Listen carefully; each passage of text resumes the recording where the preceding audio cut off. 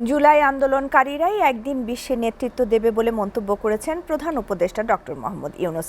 বাংলাদেশ চীন মৈত্রী সম্মেলন কেন্দ্রে digital device and innovation expo 2026 উদ্বোধনী অনুষ্ঠানে এমন মন্তব্য করেন তিনি। প্রধান উপদেষ্টা আরও বলেন, নাগরিক সেবার ডিজিটালাইজেশন কাগজে কলমে হলেও আদতে তা বাস্তবায়ন হয়নি। তরুণ প্রজন্মকে চাকরির পিছনে না ঘুরে উদ্যোক্তা হওয়ার আহ্বানও জানান তিনি। সোহান খানের প্রতিবেদন।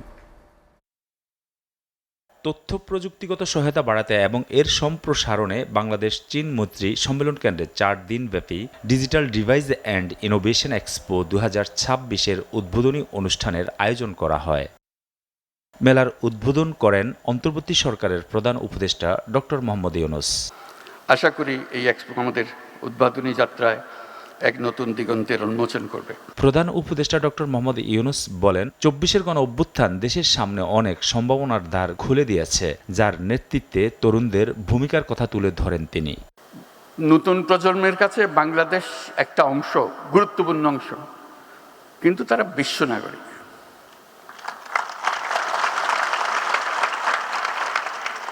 আপনি তারে ঠেলে টুলে খালি না বাংলাদেশে ঢুকাইয়া দিয়ে না, বাংলাদেশের কাজ করবে সে, বাংলাদেশের কাজ করার জন্য, সেই গর্ব অনুভব করার জন্যই তাকে বিশ্ব নাগরিক হতে হবে, কারণ বিশ্বে তার ভূমিকা পালন করতে হবে। আমি একটা প্রচেষ্টা করেছিলাম, ব্যর্থ হয়েছি, বহুবার বলেছি, একটা অ্যাপ বানানো, শুধু একটা অ্যাপ বানানো, নামও দিয়েছিলাম শুভেচ্ছা। এটা হলো বাংলাদেশি যে যেখানে আছে দুনিয়ার, যে যে কাজে আছে, এই অ্যাপের মাধ্যমে বাংলাদেশের সঙ্গে যুক্ত হবার, বাংলাদেশি কে কী করছে তার খোঁজ খবর নেবার একটা সুযোগ হবে। আমাদের যে অ্যাসেটস সারা দুনিয়াতে ছড়িয়ে আছে এবং তাদের আন্তরিকতার কোনো সীমা নেই, একটু ইশারা দিলে লাভ দিয়ে আছে, কিন্তু আমরা নারাজ তাদের সঙ্গে আলাপ করতে। এই অ্যাপটা এই হচ্ছে করতে করতে আজ পর্যন্ত হলো না। ইন্টারনেট সেবার গুরুত্ব তুলে ধরে এই খাতের বাস্তবায়নে নিজেদের সীমাবদ্ধতার কথা তুলে ধরেন ডক্টর ইউনূস। তরুণ প্রজন্মকে দাসত্ব প্রথা, চাকরি পরিহার করে উদ্যোক্তা হওয়ার আহ্বান জানান তিনি।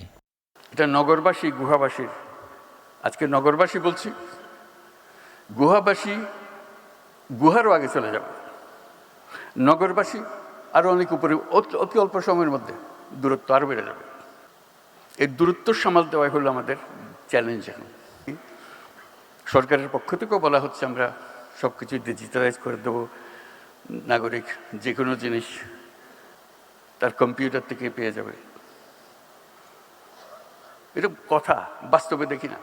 তা আমি সকল সচিবের সঙ্গে আলাপ করেছি, কেন হচ্ছে না, এই যে হচ্ছে, এই যে আমরা করেছি, আমরা এখানে একটা করেছি, এবং বেশিরভাগ হলো মন্ত্রণালয়ের ভেতরে, তার ডিপার্টমেন্টের ভেতরে। আমি ডিপার্টমেন্টের ভেতরে না, এটা মানুষের কাছে যেতে হবে। ডিপার্টমেন্টের ভেতরে হলে তো আগের মতো রয়ে গেল, শুধু মাঝখানে একটা কম্পিউটার দেখাইলাম। এটা মানুষের আয়ত্তে চলে যেতে হবে। সরকারকে সে দেখবেই না, সরকার মানুষের কাছে, সরকার কেন বসে থাকবে? সরকারের সার্ভিস যাবে, সরকার যাবে না। সরকারের প্রযুক্তি যাবে, সরকার যাবে না। জালিয়াতি প্রথা পরিহারের আহ্বান জানিয়ে ডক্টর ইউনূস বলেন, বাংলাদেশ বিশ্বে জালিয়াতিতে সেরা পর্যায়ে পৌঁছেছে।